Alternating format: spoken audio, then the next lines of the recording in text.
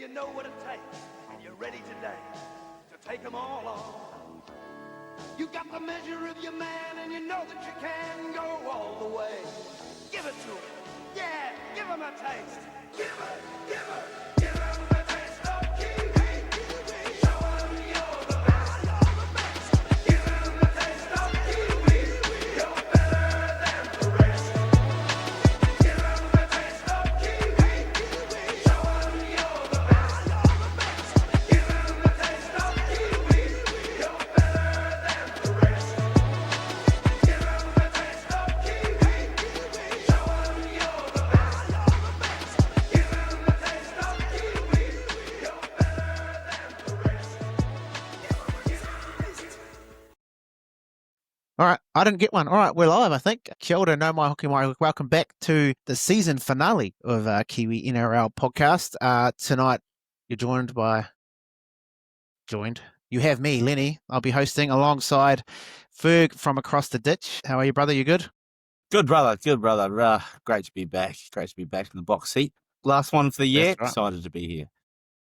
Roger. And then also, we've got Kane, aka that Kiwi Punter. He's been harassing a lot of Samoans this week. How are you, bro? I'm loving it, eh? It's the best feeling ever, man. Hello, man. Hello. Hello, man. Hello. Hello. You good, though? I see Yeah, you're I'm still good, I'm good. alive. I'm still I alive. see on one of those comments someone asked where you live. Wouldn't surprise me. Yeah, were we not? He He lives lives at your going to mum's send you house. something nice. Yeah. One of them, I did get called out a few times in my chat. There was like some Samoan saying, "Oh, everyone's riding this guy's dick," and I just commented, "Oh, sweet darling," because that's all I could hear through the game. So I was like, "Yeah." All right. Better thank the sponsors before we get too wild. Shout out to Tough Luck Workwear, independent New Zealand workwear designed by tradies for tradies. Head along to www.toughluck.co.nz. Use the code KiwiNRL. That's all caps as well. You get 10% off. They have tradie gear, casual wear, all sorts. So get on there. Shout out to Fitzone in the great towns of Matamata, Te Aroha, Paidora and Waihi. We've still got our 14 days for $14. So if you want to try it out before you, it's almost like that engagement period when you get married. So it's like an engagement, and then if you want to actually go to the gym full time, then that's more like the marriage part. That's That's the way I see it, anyways. Yeah. How but many except you engagements you had? Quite a few. The only thing with this marriage is, I mean, you're locked into a term legally, That's right. That's right. so you can't no get out of it. Also, so yeah, go to www.fitzonenz.com to get more information about all things Fitzone. Also, shout out to Mortgage IQ. Get hold of Dre there. We've had a few OCR announcements in the last quarter, so now is the time to refix your mortgage, man. You can free up a bit of cash and you can fucking put it all on the Kiwis to win the World Cup next year. How about that? Oh, that's Don't know money in what the they're bank, baby. Use that equity, Gucko. Use that equity. It's not. It's just Use sitting there. that Might as well use it. Yeah. But yeah, as always, gamble responsibly, though. But yeah, anyway, but go see Dre if you want help with that. All right, boys, should we get into, we've got a few questions, not heaps, but we'll get into it, eh? All right, we've got IRD middle finger is the handle. I like it. I like it already. It's not too bad. All right, Ponga or Kinney if Ponga switches allegiances? I'm We'll go to staying. Ferg first. I'm staying Kenny. Man, I'm loving Kenny. He's got youth on his side, so longevity, and he's exciting for. And I'd argue he's probably in better form attackingly than Ponga. Ponga's probably got the experience, but the way Kenny's trajectory, I'm riding him all the way to the World Cup, baby. What about you, Kano? So I got a bit of I don't know if you can hear the fireworks in the background. Some late Was that Kiwi fireworks? celebrations. Some late. Oh, hello. But yeah, I reckon Keanu Kenny too, right? Like he's young. He has that combo with McLean is lethal, man. Those two look like they just love playing with each other and Crazy. could do great things for New Zealand rugby league. So there's no point bringing Ponga in here and getting rid of a high class talent like Kinney. So yeah, we don't need him. No, we don't need him. And I think if we're desperate, maybe. But the thing is, I would rather stick with people who chose New Zealand over everything else straight out the gate. He's spent a bit of time in New Zealand recently, Ponga, I see. And he spoke a lot about connecting with New Zealand. And I do love that. yeah, I have loving been seeing him connect back with his roots and stuff like that. So, we wouldn't put it out of the picture if we needed a third string fullback or something. Yeah. I think And I the think Māoris is his homecoming. Like that's his Yeah. way that he Yeah. can give it back to New Zealand, right? Like Yeah. dedicates himself to that. I don't think the Kiwis is. I mean, there's probably the possibility, but there's no need Yeah. for him. I don't think so. And Not he's at probably this aware of stage. that too. He's probably aware Yeah. of that. Yeah. No, it's cool to see him back in New Zealand and that. And but I think I've brought it up before where almost that Maltese team almost works against the Kiwis sometimes because you can hit for that Ponga situation. Like before, it's like if you wanted to do the haka, you had to play for the Kiwis basically. Yeah. Yeah, hard. You know what I mean? And then, but now, like, because I remember Benji saying when he played Aussie schoolboys against New Zealand, he hated like facing the haka. It was like the weirdest thing he'd ever done. So that was part of him. Like he was eligible to play for Australia, but he played for New Zealand. But I mean, it's cool though that those guys get to have like that experience. So having them do that before they announce for State of Origin is cool because I think with Jesse and Casey, that time in Maldives camp they've absolutely loved it, and then it's made their connection to New Zealand stronger. So Yeah. sure. But yeah, I would stick with Kenny. He's crazy, man. The bro's He's crazy. Right. He had like 2 games at NRL, then how many weeks off, and then he just comes back and plays like he's never stopped playing. Like it's wild. Exactly. I thought he would walk straight into that number 1 jersey from game 1. So Yeah. I think it was as soon as he come in, he took that opportunity with both hands and just he's shown. He's been mean. I could see why they went Chance first because obviously Kenny might have been a little bit underdone. Yep. But obviously that's a hard decision as well. So I think Mulitalo stepping out made it kind of easier for Stacey Jones to kind of make that decision, I guess. Chance has been good at centre too, like just low key. Real good. Like he up the wires, left centre. It's seeing McLean star on the wing too. It's like shit.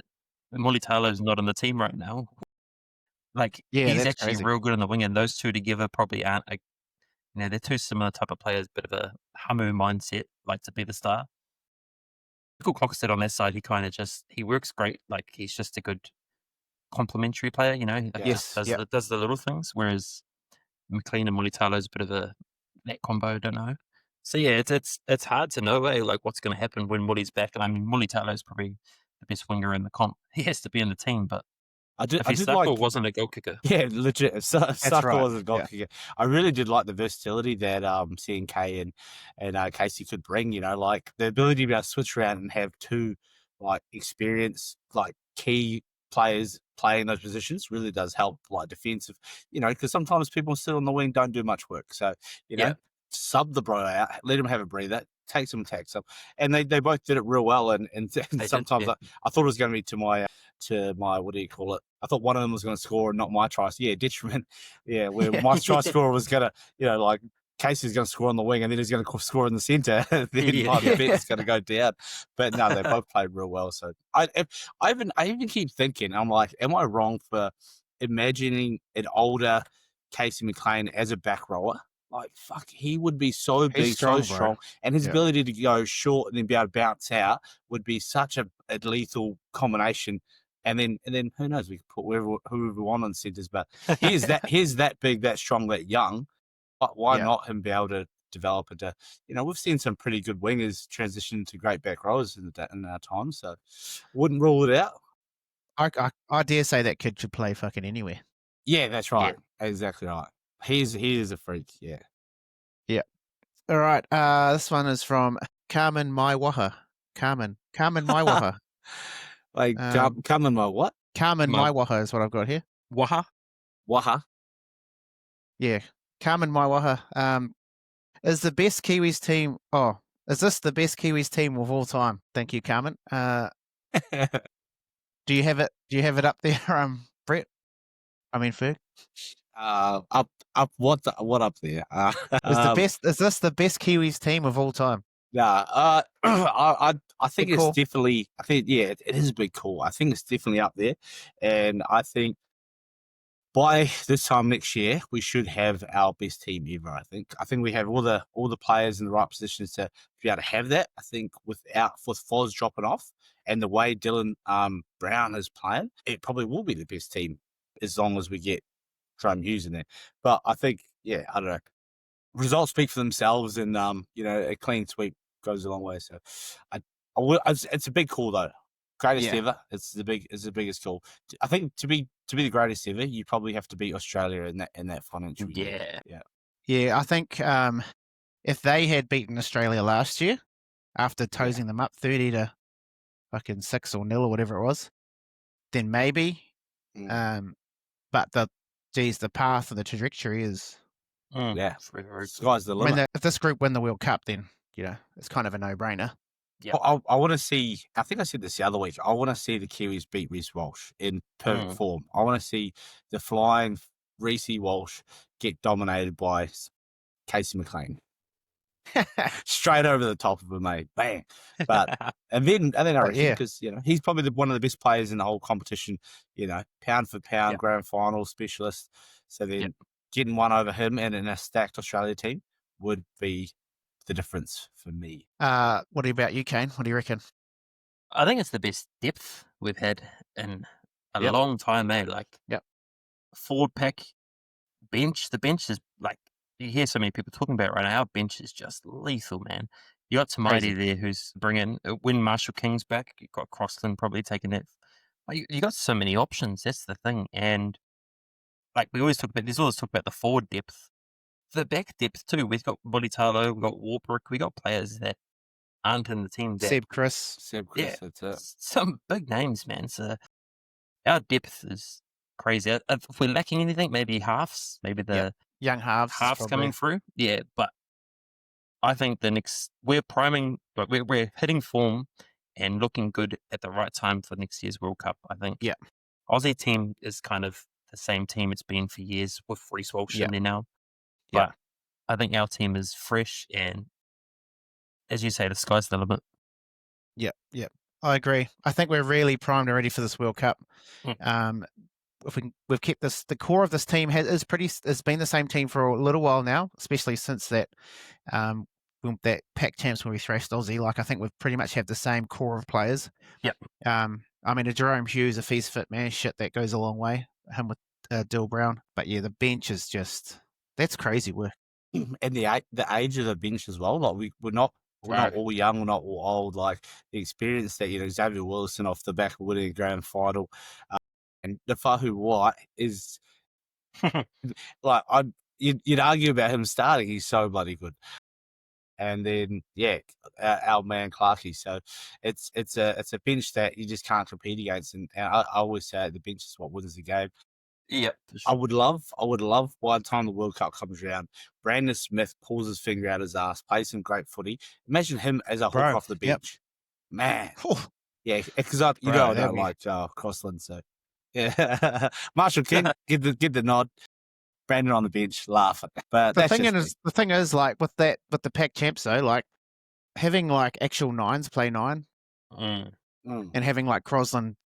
Like that's been like having an actual hooker has been a difference, and that's a good call with Brandon Smith. I kind of fully forgotten about him, but if he can go to Souths and sort of shit out under Wayne Bennett, then that's a mean shout. He'd be great off the bench for sure. Because he can play in the middle as well. Yeah, that'd be like a Melbourne Storm level bench, just strength on strength. The bench comes on and they get better. So fuck. It's just another level. Like it's almost watching the Kiwis play this Pac Champs. Is like Fish, Taps, and Leota. They're just taking the damage. They're doing the damage as well, but they're soaking up a lot of the shit at the start, and then you can just bring on the Fahu White and Clark Wilson. That's right. It's just crazy. We're down, start the first half, and all I was thinking was actually get the bench on, whereas you just get the starters back on. Yeah, keep them on, keep the starters on. Yeah. Because you just know the energy they bring. It just doesn't fade. It just lifts, if anything. So, if you look at the Samoan forward pack, quite old forwards, and like they just don't have. They're almost forcing themselves to play Payne Haas for so long. Near the end of the game, he loses his steam. Which is he's made 50 tackles and not missed one, so that's going to be the case. And that's where our bench comes on, and it's just like I just don't even see the Aussie bench match. Like that's actual unfair. And like what Clark can like bring is that versatility to play the ball play, and like a lot of teams can't. Like our starting middles are so strong that we're just getting bashed through the middle. So then when the bench comes on, like they're expecting to get bashed again, but then he's just getting little tip ons. And man, the ones in the Fahu White he's bouncing out.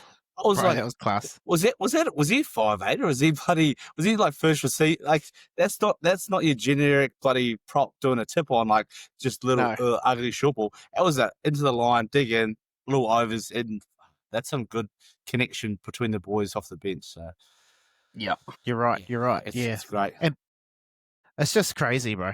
I mean, if Mm. we can have that same forward rotation, like, it just gives you that confidence, like you're saying. Like, quite often you're like, we need to get our starters back on, but it's just like Yeah. that's where that confidence is, because you're like, well, fuck, we're still got Nafa'u White, Aaron Clark, and Willison yet, so they might be handling this. Yeah. But when we rotate, they won't be able to handle what's coming next. So Exactly, and like they get good minutes too. They're not just getting their short Bro, it's stints of hearty 15 minutes. each half, 10 minutes each half. They're getting good 20 minutes, and then that just gives our starters more impact to come on and really Bro. like fucking not leave anything in the tank. And And it's just so good. Yeah, when they know they don't have to play 80 minutes or even that, they know they can really dig in for those entire stints. So You got some So much- safe players coming on too, some experienced players. Like for that last 20, you've got Fish, Leota, and Tapani, and you're like, yeah, if you're in front, you're like, you're not going to come back from yeah. that. So much Would you- variability too, right? Like we're not relying on just the Nikota short ball on their right Yeah, side. You yeah, can just play that's it right. like the Sharks do it. They rely on that Nikota short ball so many times. Yeah. You just look the whole way we play across both sides of the pitch. So much options, man. It's so like we're not It's relying mental. on running the same play each time. Yeah. We're not doing the spread. We're not doing anything like that. It's just Yeah. It's great I science. agree. I'm really glad the best change we did from the first game, with all due respect, is cut old Nelson Solomona, because that's that liability that always terrifies me off the bench. See him come on, throw a big arm and get sent off, and then that's the difference between the ball game. But instead we got Xavier Willison, who plays like a veteran and runs like a bloody 15-year-old, just energy end to end, and I fucking love it. He just doesn't have those errors, eh? Yeah, that's it. And that's He's a got the big thing in size and the international. impact, but Yeah. that's correct, man. And even his skills, like his cleanup stuff, he actually reminds, especially with the tackles, like he's similar to Tapani. He's always that third man in, like in that Pack Camps game. Fuck, he's done that. I lost count when I was watching it. Like shit, he's cleaning up a lot of like when he didn't have to, but he'll run across the field, get in that third man. Like he must be obviously pretty fit as well. So Tapani's a great comparison, to be honest. I really do think that's has a similar play style, because he's got the Not sure if skills it's as well. Not sure if it's a question, but do you think we got it wrong with at the start saying why they're naming Taps at 13? Yes. Yeah. yeah. I agree. I think there's mad egg on my face. Fuck, multiple times. I'm sorry, Stacey. I was on the same. I thought, what are you doing? We've got two Dalian blocks and we're naming Tapani, but man, he was just a leader, and he actually offered so much more to his game than I've seen. Bro. Ever. Like he could play Now up I'm the back. questioning, bro. Now I'm questioning. Yeah, Did he be playing that's lock it. at the Raiders? Like, Yeah. Rocky's been epic, bro. Fuck yeah. And like, just how he breaks tackle. Like, he's not just fuck, it's and that's crazy. his leadership as well. Like he's a captain for a reason. So like having him start, he's one of those players I think like demands to set the foundation for like everyone else. Just like Fisher Harris, man of few words, but man who likes to lead by example. So then the bench have that bar set to come on, that we're not dropping, we're not taking a backwards step, we'll pick it up, we're going from there. So I think, like watching Tarps, you wouldn't be able to, help but get G'd up, get gas up, and to want to rip in a few countries. So I loved starting Taps. I did think, Clark or even Nafa'u White were going to be the preferred lock option, but it's a team dynamic, really, isn't it? Like they would gel it's a so team well as a decision. team, and Yeah.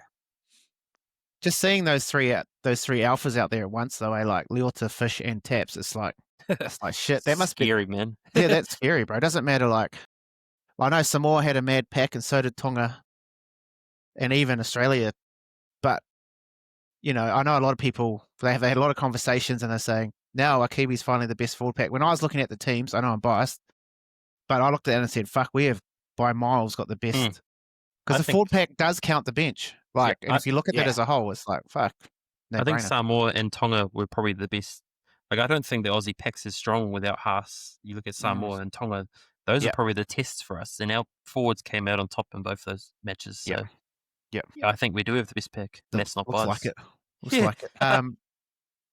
All right, one more question. Is that my one? It's not really. No, your one was Carmen. My waha, I made that up. This is my question though. It's not really a question. Like, man, we did so good to be playing Australia this weekend. 100%. I know it's a lot of footy. Yeah. But fuck, it's what people want to see. Exactly. Because England put up like pretty much a real average effort, and people are saying, well, was that Aussie made a lot of errors? Like if you looked at the Kiwis and even Samoa, like they were like quite clinical, both teams. Compared to Aussie. So, it's just a shame. Like, yeah, and after a series like this, New Zealand always get better. So, like, this would have been the prime time to play them. Do you think? I don't know if my question came in, but do you think if we even the success right now could affect the talks of that Origin eligibility? Like Aussie don't want to see us do well, right? Like it's pretty clear cut. So because we're already doing so well. If we did play Origin. Aussie and we bet Aussie, are they going to be like, oh, let's actually hold back on that? Like I feel honestly, I think it could happen because you don't want to give us another advantage when we're really doing pretty well with what we got. Yeah, exactly. They did meet the IRL when the NRL was over talking to the Super League about buying them. They all sat down and not changing it. So just kind of shit. That is shit. But like you say, bro, like give us a couple of those key players, like like a Kyle Weeks and that, and a Kalen Ponga, and you're like strange. Yeah, we're looking a bit too scary. So yeah, hard. Yeah, so I do think that we should have an Aussie test every year just to kind of give us that level where we can actually see where we are against arguably the world's best team, right? Well, that's it. It's what Australia and like we do rugby union, rugby league, right? All Blacks. There's always at least one test or three, and it's just a good measure. And it's also like for me, I think it's like a good Anzac. Like we are who we are. We're the closest companions. We're also like the fiercest of enemies, and why not have that competition that we love to have banter about, that we love to rival against, and being the best, arguably strongly arguably the two best countries in the world at the moment. It's a demand that everyone would love to see it. When you're playing well too, it's great. If we were playing bad, I'd probably say, oh, nah, next year. Nah. But nah, I would love to see nothing more than one game this year, Yeah, especially after the end of this campaign, like it's probably, like it's not going to happen, obviously, but knowing that we've had those two really tough games. There was one LL game in the middle against Tonga, but had two tough games either side of that. And then playing Aussie after that, it just fuck.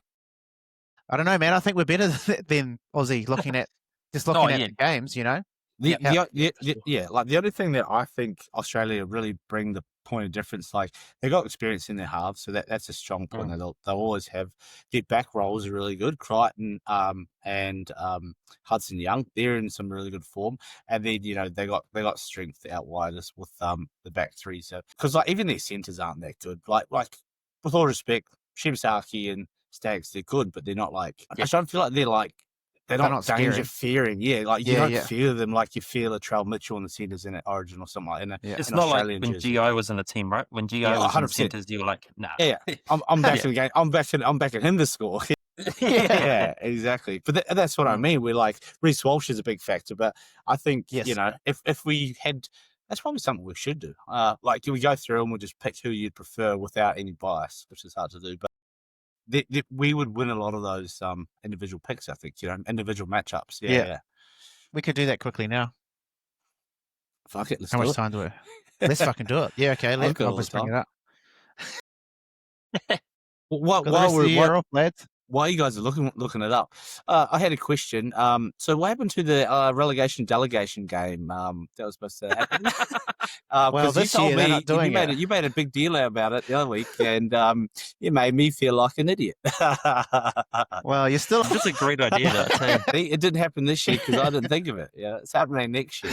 World Cup year apparently, so they're not doing it, which is shit for Papua New Guinea because. But what's the difference? What's it make? There is no difference. So it's a stupid. That's about it. But there's one after that. That's right. So then Tonga just play Elo for the whole series, and they just get a free pass to the next one. That's what I mean. I don't get how they work it with the England tour too, though. Yeah, I don't know how they come back in either. Because does that mean we're dropping out again next year? So after the World Cup, if it's it our was. turn to tour England. Yeah, okay. So But after that's the World the Cup, we'll thing, tour England. Yeah. PNG deserved the game. That's what I mean. Like, not just Tonga being hello, but like PNG being good. You know, they deserved. Yeah, that's what I deserved to mean. I fight for thought they that were a game. shout to win. Yeah, 100%. The way I they were thought they were a going down. shout to. Geez, I mean, was last like, year, shit. I was worried They- they're going to beat us. I was thinking, hell, I'm going to have to bloody stop the podcast. Like, the if we podcast lose to doesn't Papua New exist. Guinea, like shit, that's going to be the PNG podcast. PNG NRL podcast it would have been if they beat us. You could have started the New End podcast. Yeah, just keep branching off. All right, so where's our You got team the list? lineups? I'll just bring up. Yeah, I'll just bring up. I've got Kangaroos. I'll just bring up the Kiwis, and then we'll do a score because there's 3 of us, and we'd like score it, like who gets the dub. Yeah, individual players. You mean like we all pick a player? Yeah. The matchup, yeah. Yeah. Okay, so we've got Like it. Reece Walsh versus Keanu Kinney. Ferg. Dang, biased is tough right now. Like that's a terrible first matchup. I just went with number 1. Yeah, I know.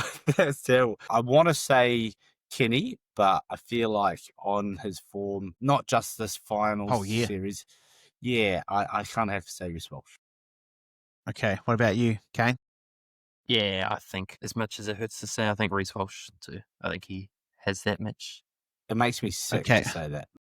It does. Well, I'm not going to say it because you guys already got the 2 votes. So I want to say Keanu Kinney. Shout out to Keanu. Nice. Boys. And you One-eyed, traders over there. Anyway, so Reece Walsh gets that one. Gets one. Yeah. Which is hard to argue against. Oh, this is a good one. Mark Nwanga Nitawase versus Jermaine Sako. I'm going Mark, to be honest. Jermaine just kicks a great ball. I'm sorry. Even in the whole NRL season this year, it hasn't been great. Unfortunately, Jermaine, apologies. Yeah, no, I agree. I think Mark's had a huge season, and I think I would rather have Mark in there than Isako. A Roosters fan there. Hey, Yeah, nobody. yeah, I agree. Played good without Mark had one of the great years. So saying that, Isako, baby. All right, you're going first this time. Yeah, actually, you go first. You bloody traders. outrageous. Anyway, so It's not on this one, actually. You go They've got first on two. a different matchup. No. All right, so Aussie get the first 2. Next is Matthew Timoko versus Katoni Stags. I'll go first. I'm going to say Timoko. I thought he was outstanding in the Pac Champs, especially doing all the little things. I watched all the Aussie games.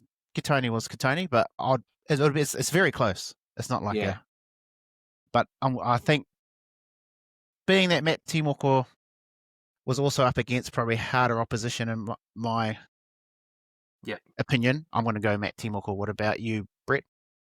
I'm going to go Fergie? Timokul as well. Just I think Timokul for me, just his defense leaves me a bit worried sometimes. So like he Not has great strongest work point. ethic and he has some good, makes some good meters inside our half. But defensive reads can be his downfall. But I think Let he him still down, yep.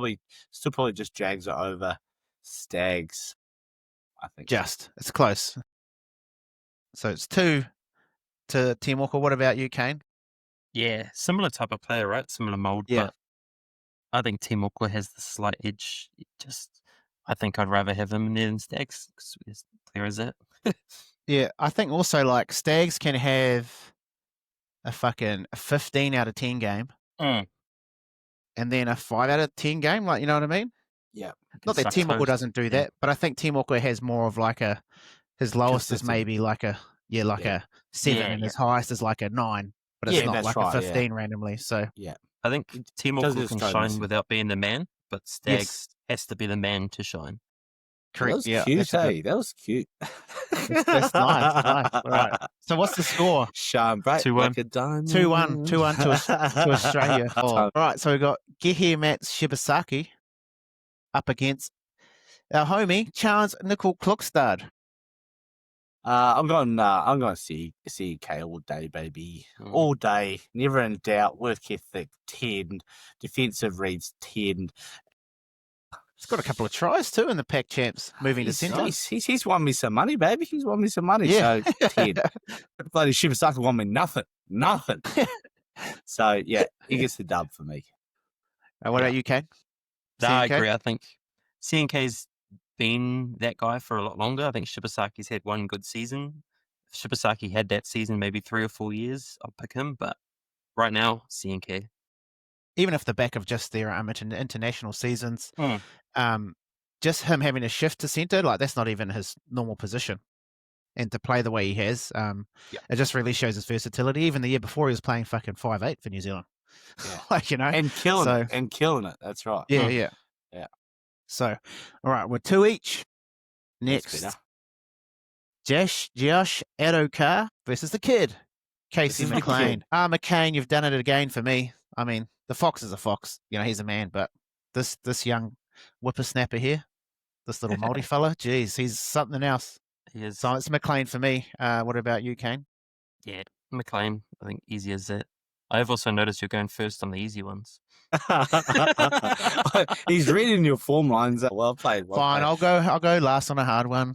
Well, Edgar, experience, he's like his comeback into the international scene is nothing but great. So I'm really happy for him. But you can't beat the kid. The kid's unstoppable. He's a future superstar of the game. And I think Casey McLean, he was a contender for one of the best players in the whole Pack Champ series. So Casey McLean every day of the week, baby. Let's go. Any shift position. That's it. And he still kills it. And he still kills it. Killed it. Yeah. I mean, and I agree, man. I was stoked Fox got in that because also it just makes their social media better. Because he's cracker, way more enjoyable to watch. Yeah. Have you seen the video when he gives his kid like one of those sour lollies? I think it's on TikTok. You need to watch that. Fuck. It's like with his bros and he like brings his little kid in and he gives it to him and he just the fox laugh. Just laughing at him the whole time. It's iconic, eh? So what's our score there? 3-2 to 3-2. New Zealand. Dylan Brown versus Cameron Munster. Do you want me to go last on that one or first? I'll go first. You guys, all right, go. Current year, I think Dill Brown has 2 feet in the golden boot. I think he's I think he's got it. He's playing some outstanding footy. Based off international Dylan Brown, I'd pick Dylan Brown over Cam Munster. Hard to disagree with. If you had asked me that before the international season, I would have said Munster every day of the week. I think easy. I think everyone would have. Yeah, and we all had the doubts because Dylan Brown played centre, played New South Wales Cup majority of the year. He really didn't get much time in the seat. So then to come international level and dominate the way he did, I think you're right. I think he gets the golden boot. Yeah, he was incredible. Not saying that Munster wasn't. He still played really well and, led their team to three consecutive wins and scored a meat pie as well. But Dylan Brown really did lead our team, pretty directly too. A lot of try assists and a lot of try assists. Whatever that's called. Line breaks, maybe a line break and then a try assist, a couple passes. We score. A couple of tries. Like he was doing everything. He stepped up when we needed a half, right? Loss of Hughes was huge, but he stepped up. And it's just it's almost, Foreign has a lot has a lot to do with the form he's in for Pack Champs because what Dylan Brown needs is because I'd even argue this, that as a combination, Foreign and Dill Brown are probably a wild take, probably better than Jerome Hughes and Dylan Brown together, if you know what I mean. For Dylan Brown, if you know. Yeah. I just feel like Foz, if you look at the stats, Dylan Brown had all the running meters, Foz had like fuck all. But then Foz had all the kicking meters and Dill had fuck all, but he had all the try assists and everything. So yeah, I can see where you're coming from because like the Fozes of the world, they kind of just do the things that aren't pretty, and then but Jerome Hughes can do the pretty and the boring, and that's going to take away from Dylan Brown's pretty work. So no, I completely understand where you're coming from. Hopefully they can prove us wrong. Though. I mean, they've worked well together against when we smacked Aussie 30 something, so they obviously can play very well together. But it did work really well, like you're saying, like with Foz just doing the grunt work and Dylan Brown scoring the meat pies. All right, so shout out to Newcastle Knights. Everyone was saying they signed a dud, but turns out they got on futures. They got on futures odds, and they got a well written. Is that a Kiwi punter? Jesus. Yeah, I'm part of the Knights. Yeah, recruitment board, the Knights recruitment board. This is going to be an Well, there you go. interesting one. This is an interesting one, all right? Nathan Cleary, Kieran Foran. I'm going to go first. I'm going to say Kieran Foran. Fuck you, Cleary. Nah, This guy. let me go again. I'm going to say Kieran Foran. I think he played outstanding, but I think the way he was able to unlock Dylan Brown might sound a bit weird. I think Toa Samoa were like levels above England as opposition, and his ability to unlock Dill. So I'm going to go Kieran Foran. Yeah, there's no Aussies listening to this anyway. So yeah, There's so, no Kane, bias. who There's are no you bias. picking? There's no Yeah. bias. Yeah, I'm just being straight. I think Cleary's probably the first player on any team for me. I think he's the GOAT. So I think Cleary has to be the 7. Hard to argue against that. And Yeah. Ferg. I think logic non-bias says Nathan Cleary. Last game of the year, saying goodbye to a Kieran Foran would help the boys. Get over and like you said, help unlock Brown. So I'm gonna have to say Nathan Cleary.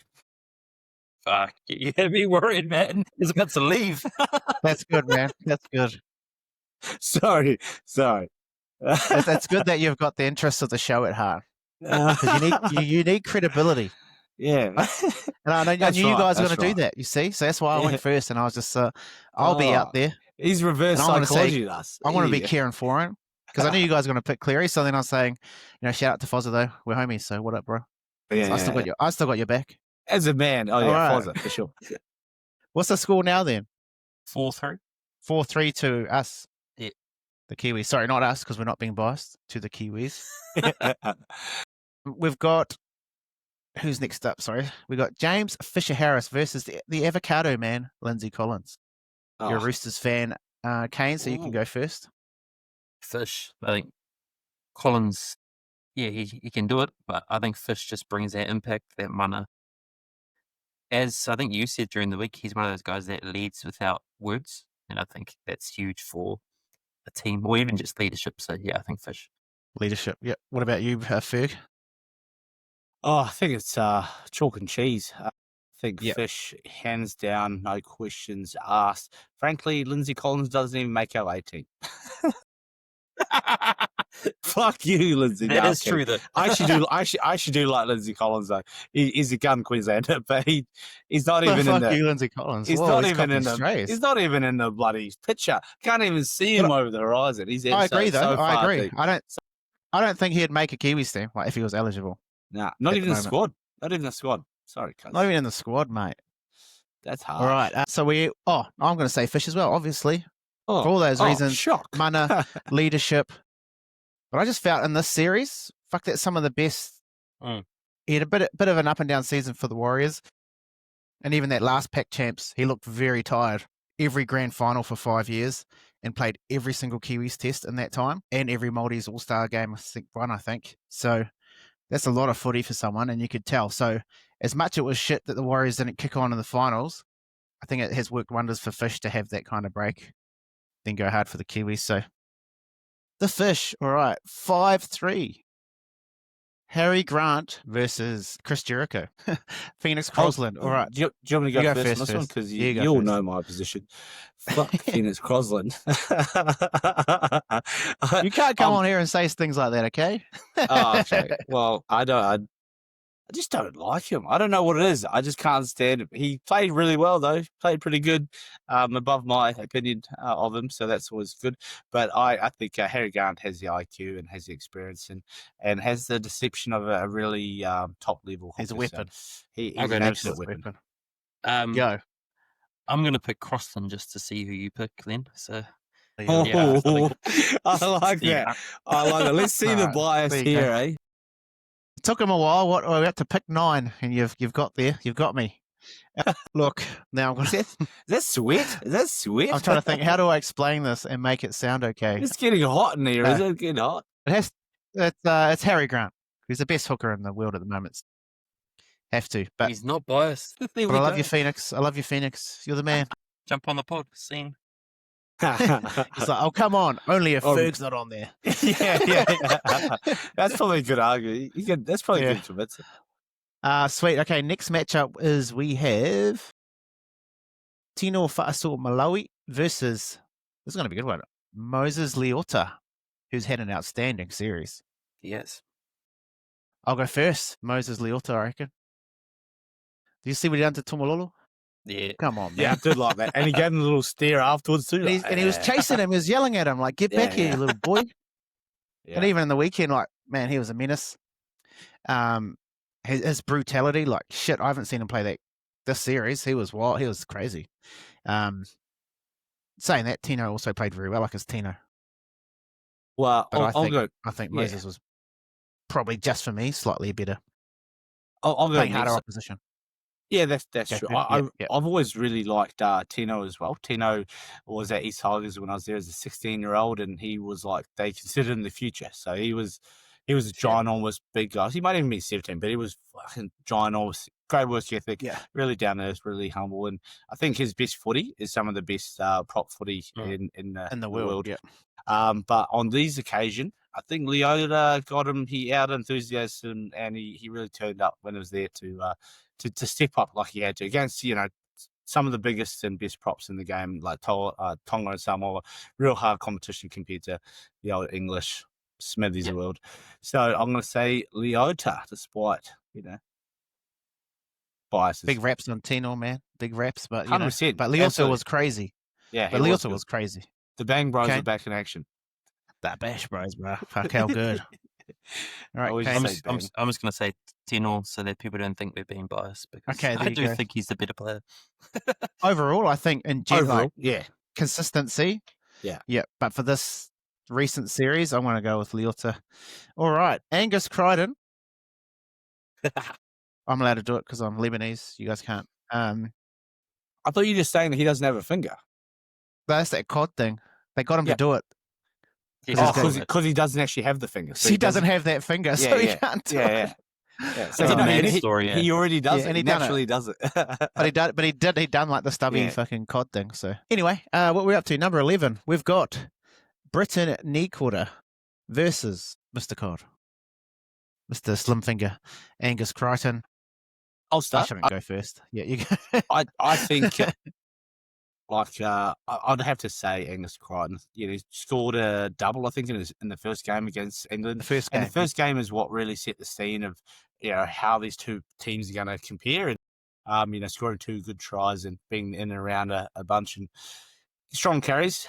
Did a good platform form for them. So, not saying that Britain Nikora didn't, but in terms of standout, we go with the Crichton Crider.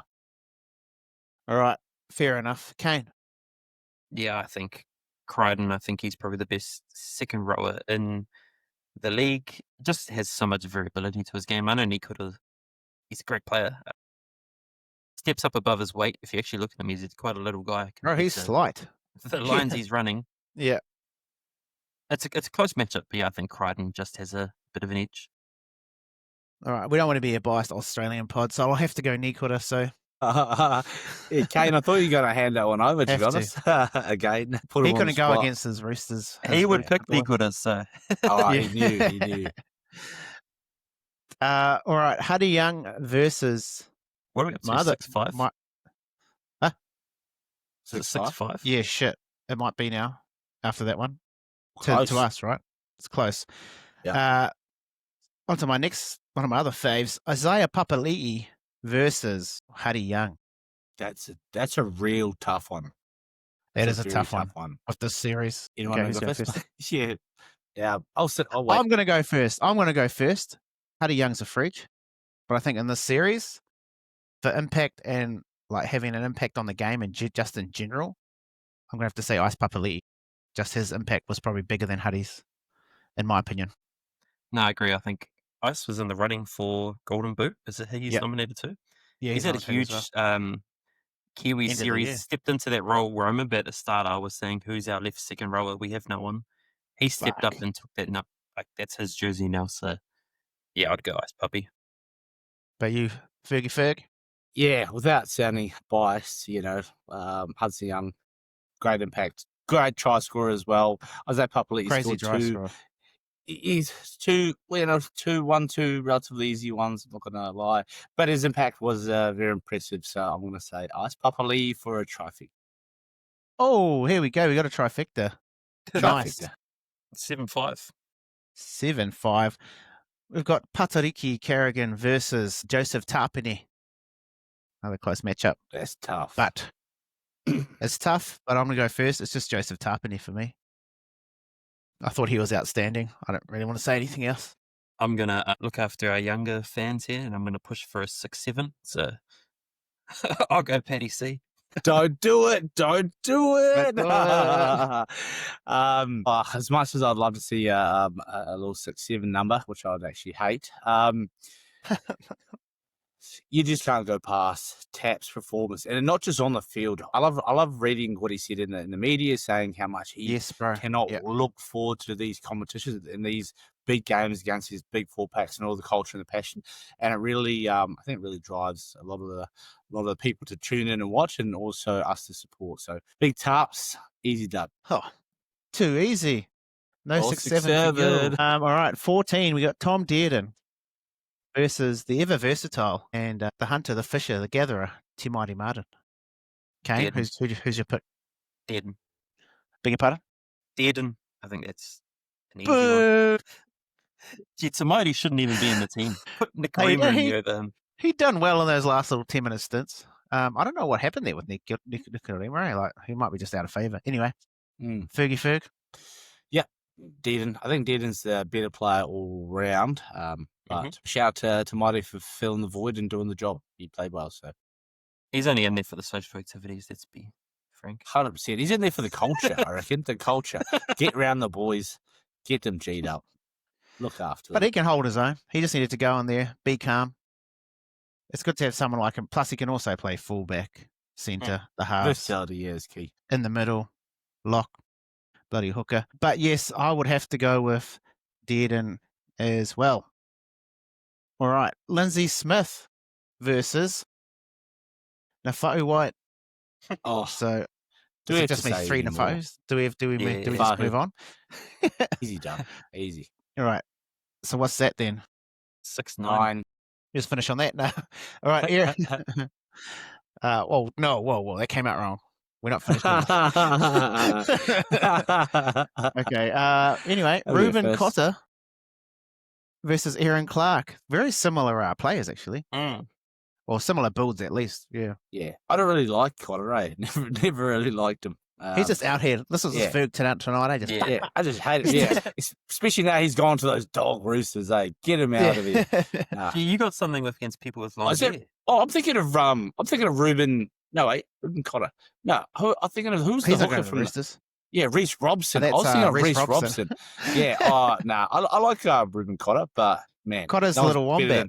No one's better than my boy Aaron Clark, so he gets the dub. Aaron Clark, easy dub. Yeah. Then in 17, we've got Big X, Mr. Stand on Business versus, who is it? Oh, Keon Kaloa Matangi. Oh, he's Tongan, so he's Elo. So we'll have to go Xavier Willison for me. Easy. Okay. In my opinion. I think Keon's probably been around for longer, and I think he's just more a reliable option. Xavier is still the man, but I think Xavier needs to do it for a couple more years before I pick him. Yeah, possibly, but Keon didn't play that good. Keon is he's got a lot of experience. He played New South Wales, and all that. But man, I'm really keep getting more and more impressed by Xavier Willison, his performances, experiences. He's almost like a young who's that other guy? What's his name again? No, who just saying? Never mind. No, yeah. So I can't help but say Willison for sure. All right. So what's that? 10-6. 10-7? No, it has to be 10-7. 6-11. 6-11. 11. Yeah, 6-11. Yeah. Yeah. See, we would have smoked them. Yeah, easy, without a doubt. Our bench and 4-pack was always what was going to do it, eh? Yeah. Yes, exactly. Sweet. So what we were going to do is just go through the Kiwis team, but we're on to 52 minutes. But it doesn't matter. It's our last season. But we'll just run through the team in general. Just have a little spiel about each player, how you think they went throughout the series. Do we want to talk about the woman first or no? We just been sexist around here. That's a little bit. It is a little bit sexist. I had it written down, but we've just taken quite a Yeah, a that bit was of as long time as for the other we segment. we essentially did the individual We team list did. then, didn't we? We Except for did. Nafahu White, we skipped him. We kind of skipped him, but I mean, we've said a lot about Nafa'u White already. So what should we do then? Do you want to go through the team just quickly, or yeah, okay, we'll do it. Keanu Kinney, obviously, he was a standout, so we'll make it quick. But just say what about you from his series he's had from you? Sorry, just a comment on how he's played and etc. I think So, him coming into the team added a whole nother element to our attack. Just his speed, just what he offers, right? Like he breaks tackles too, man. Like he flattened a few of their bro, props on his that video. all of them, man. Just speed, man, but heart as well. I think he doesn't give up no matter what. He's just one of those guys that looks for the opportunity and just plays mean footy. So He even ran over Yes. Michael Muller, one of those ones. Michael, Yep. Yeah, bro. Frank Muller. Frank Molo as well. Yes, Mully. Like a bully, yeah.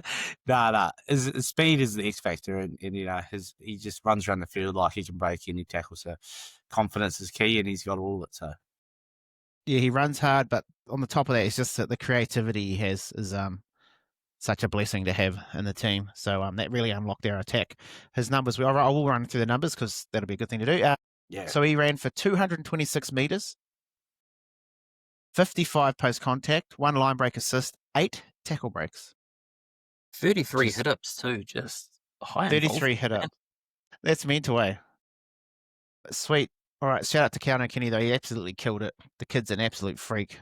Imagine a couple more years. That's scary for everyone else, but not for us. All right, Jermaine Isako, 6 conversions, attempts, 4 he got over, and 2 penalty goals. Ran for 69, dinner for 2. Run meters, 16 post contact. Part of me, when I watched this game back, I don't want to be too critical, but he was giving the ball to Kinney, or whether that was a tactic, but quite often they were getting Kinney turned around and back on his back. So I didn't really like that tactic that much. I feel like he needed to make some of those carries, being the bigger guy. So 69 for me from that. I mean, he did catch the ball quite a few times off a kick. So, yeah, what do you guys want to say on his performance? I think his goal kicking is huge for Yep. us. Like It's what a he does in must-have. that regard. Yep. Yeah, that's why he's in the team. Not the only reason, but that's a big reason. He's safe. Like he Yes. played Tor twice and Tor scored 1 try. That's crazy. That's a feat on its own. He contained Tor a lot, and I Yep. think he's a good safe player, but he didn't really Good point. stand out as such. Yep. No, What about you, I Ferg? agree. Yeah, I agree with that there as well. Like, you know, he didn't make all like errors. Like even the one try he did that was scored on his side. It wasn't necessarily from his defensive read where we all blew up saying, "Why did you jam in?" Like it was a team read, and he had to come in. So I think he didn't do anything wrong.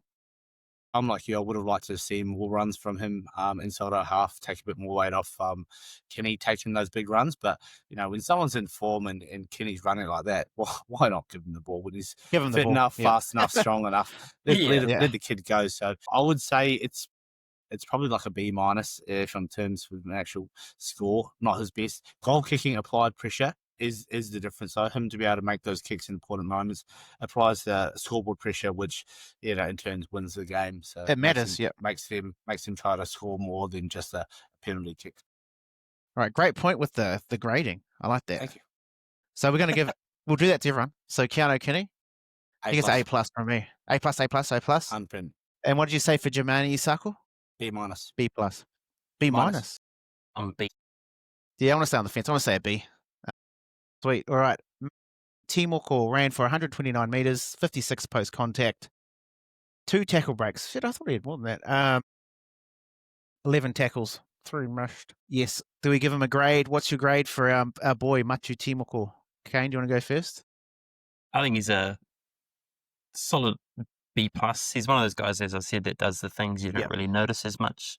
You look at his stats after, you're like, shit, how did he run for that much? You just didn't even notice him. But I mean, he had a mission up against Sasagi. He's a he's scary. weapon to contain, man. So Yeah. that alone, that's probably the reason why he probably didn't have the tackle breaks and missed a few tackles. But yeah, I still think he had a good series. I think it's a B+ for me as well. What I did like, he was one of those guys that was taking nearly every one of his carries he took was shitty. He'd done it the week before and the week before that. Yeah. And he's a bit shorter, but man, he's strong in contact day. So like, I dare say all of those 129 meters were like hard earned, Yeah. pumping the legs with like 3 guys on you.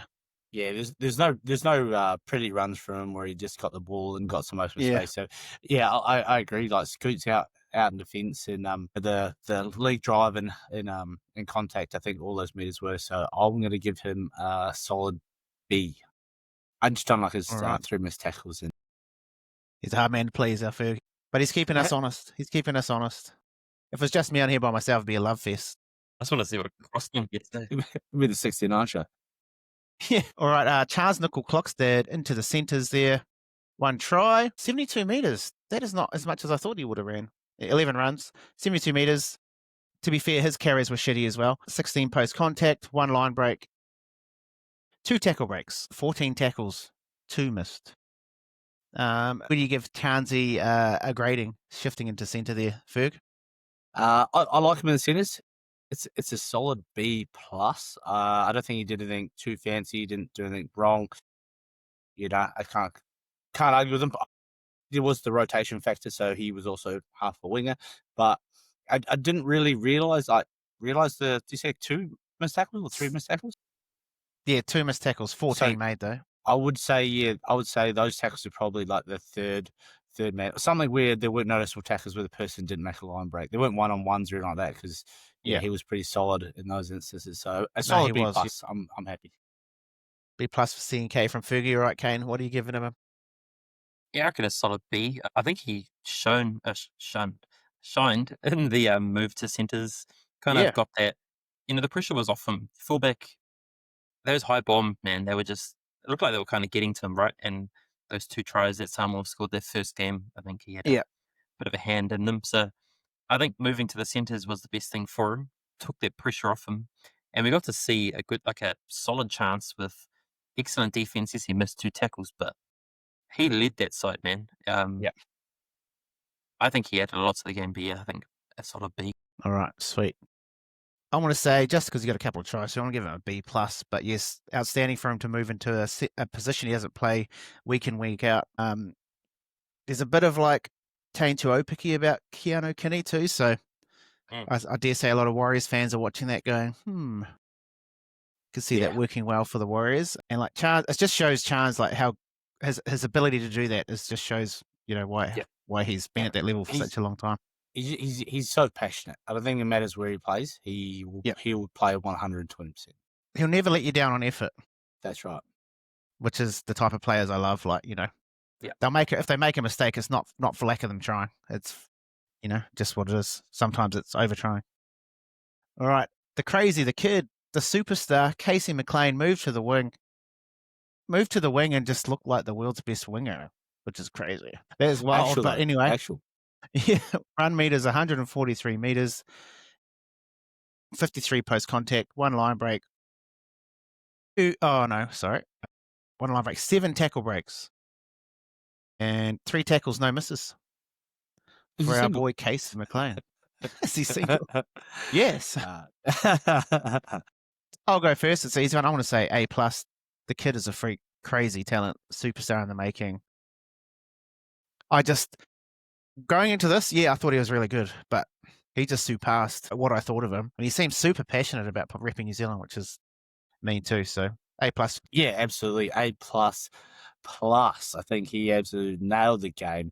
I had another plus. Ooh, you heard it. plus. I did it. You know what it is. Well deserved. He absolutely killed it. He really did form as one of the best centres and wingers in the game at the same time. Unheard of. I can't rab on more enough for him. He was just dangerous. Everywhere he went, you just every time he touched the ball, I thought, I got money on him to score from here. And he's hitting it out of his 20, and I'm like, he could score here. It's just you don't get that many players like that. So he absolutely gets an A++ and the future star. And you're forgiven for all the mistakes that I blamed you for this year for the Panthers. All right, Kano. Yeah, I think an A+ as well. Kind of looking back to his last year when he debuted on the wing, he didn't have the confidence. He just stayed on his wing. You could see this year playing in the centres that whole year, man, he just confidence. That try that first game, right? Just decided to run it straight, broke tackles, scored that try that no one else would score. The man's got confidence now, and at such a young age, it's scary to see what his ceiling is like. 100%. As you guys are saying, he could be the best winger in the comp already. He's only 19. Shit. Yeah. He doesn't even play wing and he's like the best winger. It's like, what the hell? It's not adding up. It's not adding up. It's just unfair, man. Sweet. Shout out to Casey. All right, Dylan Brown, guys. Dylan Brown, look, 198 run meters from your 5'8". That's 200 meters from your bloody 5'8". I don't know the last time I've seen a 5'8" put up pretty much 200 meters. That's wild. What's he got here? 72 post contact. That's crazy. 1 line break, 3 line break assists, 3 try assists, 10 tackle breaks, 3 tackles. 16 tackles, but he missed 3. But I must say, I know he missed a couple of tackles there, but fuck, it's got to be an A+. Running for 200 meters as a 5'8" in a game like that, I mean, that's just mental. That is just, he's been on a tear this whole pack champ. So yeah, A+ from A++, sorry, since we've introduced that. Then the bro's going to do an A+ now. he's saving that for Crossland. All right, Kane. No, I agree. I think A++. Man of the series, probably best international player this year. Had it all against him too, right? Like he's had such a topsy-turvy year. Hasn't made the team. Played New South Wales Cup. He's come into the Kiwis camp and he knows that that's his spot. That's my jumper. And he's kind of showing us all that he still is a force to be reckoned with and he can lead a team to success. Yeah. I think he's had a great international season and deserves the golden boot if he gets it. 100%. And it helps with that forward pack. And you got the ever reliable Fozzer. You know, if you're playing, he does play well outside Mitch, but Mitch wants a lot of the ball. Whereas Foz was like, get us in the right position, give the ball to Dill and let the forward cook. I don't want the ball on last unless I'm kicking. Yeah, that's right. Nah. Ferg? Yeah, that's it. Like I really don't want to. I don't want to go back to back. You know, like A++. I don't want to dilute the sanctity of the A++. Right. But the man had finger in every single pie. He was in there. He was about there, and he did everything he had to do. Without a doubt in my mind, incredible game. And 2 meat pies out of 3 games is a great standard. And how many tries this? And he literally just palmed off 2 easy tries to old Ice Papali'i. So without a doubt, that's true. Fantastic game. Probably the best game I've actually ever seen him play. Best series, best game. Yeah.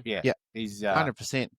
Well played. It was actually crazy. Like even that banana kick in the first game. Yeah, exactly. In the line, just does this banana kick. Like, when has he done that? When has he done that in a normal NRL season? Nah, never. Nah. But he just looked threatening whenever he was taking the line on. It's like the defense was like, oh shit, like because he's so strong in a tackle as well. Like he'll fend you off, and like who did he fend off AFB for the Tonga try? Yeah, you know, I mean to be fair, goalpost for the first one. Don't bring that up. Don't bring that up. Quick, move on. As Rafiki said, it's all in the past. You just got to forget it, man. Doesn't matter. It's all in the past. All right. Kieran Foran. I'll get his numbers up. Why is that not moving across? Here we go. Kieran Foran. And this is what I've been saying. All the games have got stats like this. Run meters. Dill Brown's running for 200. Foz is out here running for 17. That's when you know the balance is like right, you know? Yeah. He's doing his job. I'm doing my job. 17 meters. I mean, the old boy probably didn't have many kilometers in the legs. I just want to go to his kicking meters, see what he got for that. Oh, it had to be 400 That's kicking meters. There you go. Crazy. There's a stat pass to run ratio, 7.17. Whereas you look at the next Dill Brown's 1.54. So I'm guessing he's running more than he's running the pass. And if we're talking about Dill Brown, what do you want him doing? Yeah, exactly. Running the ball. 100%. If you're looking at Foz, you're probably thinking, put that little pop gun. Put that pop gun kick up into the corner so we can jam them down there. That's exactly. Yeah. Don't run. Pass, Foz. Pass it. But I did want to see him get the tee though. That last try, I thought he was going to get the kicking tee. Yeah, didn't even give it to him. No, I don't like that. Yeah, it's a hard kick, so he probably wasn't going to make the distance. He's probably going, no, fuck, I'm not doing that. Yeah. What happened to the one before, boys? So now, if you move it, the tee, to in front of the post and kick it, what do the ref do? They say, obviously, that's no goal. But I'll just fucking do that. We won anyway. True, It's my last game. Yeah. Move it there, kick the goal, fuck, whatever. Don't give me the 2 points, baby, but we fucking won. Well, the try before that, Ice Papali'i gets it and runs almost under the sticks. You know, we're still up. We're still up by. We're 28. Up. That's a great call. Yeah, 26 14, let the bro kick it because you're not really assuming we're going to score another try in 4 minutes. Yeah. I was Bro, thinking, yeah, true. he'll get this one. That's the try, eh? You should have given him that one. Well, Fuck, at least I love that. That's what New Wayne That gave second me to anyway. last try was sick. That second to last try was actual sick. Like how they set that up. Yeah. So it was like, was it ice back into Kinney, eh? Mm. Dill hit ice, then Kinney done that. Oh, it's a bit of a Billy Slater play they used to do. And then ice hit him back on the inside. Yeah. Then it got a bit messy, and then fuck, it was like 80% structure, and then the last 20% was just natural ability. Yeah. Yeah, that was so good. What did I say? Last game, absolute Kiwi legend. Shout out to Fozza. You're the fucking man. You've been one of my favourite players watching you play, mate. Absolute legend. What's your score? But you know, I can't. Yeah, I'll dilute it if I give him an A++. I'm gonna give. I'm gonna give Criminal Fozza is gone, eh? an A-. Oh, that's fair. That's a good. No. That's a good. Did his job. Yeah. To an above, a higher than average standard. No, I agree. I think A- is a good scoring. Yep, big fan. Without harping on, big fan of Foz. He gets an A. And then you're trying to outdo me. What do you mean? I'm going Hey, try lower. I'm going lower, not upper. Is A? Hang on. Is No, it A- Glock? is below A. So you Oh, you got A plus. minus. Oh yeah. True. I'm a bit savage. Now I Yeah, feel bad you're a because I'm the dog, guy. eh? You're a dog, bro. I Oh, thought you were boys thank with him. Nah, I'll go A minus too. I had my calculations wrong. One, I need to do 2, that bloody 3. relegation game, I'm telling you. That's a brilliant James idea. James Fisher-Harris. 92 run meters, 34 post contact, 2 tackle breaks, 11 hit-ups, 1 offload. I mean, and that offload was to a pretty sick try as well. Where are we? 23 tackles, 3 missed. Numbers aren't screaming Payne Haas, but I think what he offers in and around, just the way he plays, is play the ball. I thought even his defense was really good in this series because him and Leota kind of have that hunt and a pack mentality. So I'm gonna give the breather a solid, but he's a leader as well. And he's quite scary. Oh, he watches it too. He might actually see this. Don't beat me up, G, but I want to say I'm gonna give him a B+. That might be a little bit savage. I think he laid a good platform, and that's probably what his Yeah. job was for this. You know, you Yeah. have that impact off the bench. You just had to set the scene and let the boys come on and lift it. But yeah, I think a solid B+ for this performance. Saying that though, I think that he played a lot better than he's been playing at the Warriors because there was less reliance on him being that star. Great man. point. Mm. Look, He didn't have to be him. Yeah, I agree. I agree with that last statement. I think Harris is never a guy who relies on stats, right? You know. I think you could No, put someone else never. who had a lot more stats. You could chuck Lindsay Collins in there, probably gets heaps of stats. But Yeah. the impact that Fish has is a non-stats worthy accomplishment. So I give him a definite A, even for his captain's what do you call it, jersey presentation speech. Short, sharp, bro. to the point. That gets an A. That shit gets the boys going, and that really me going. does.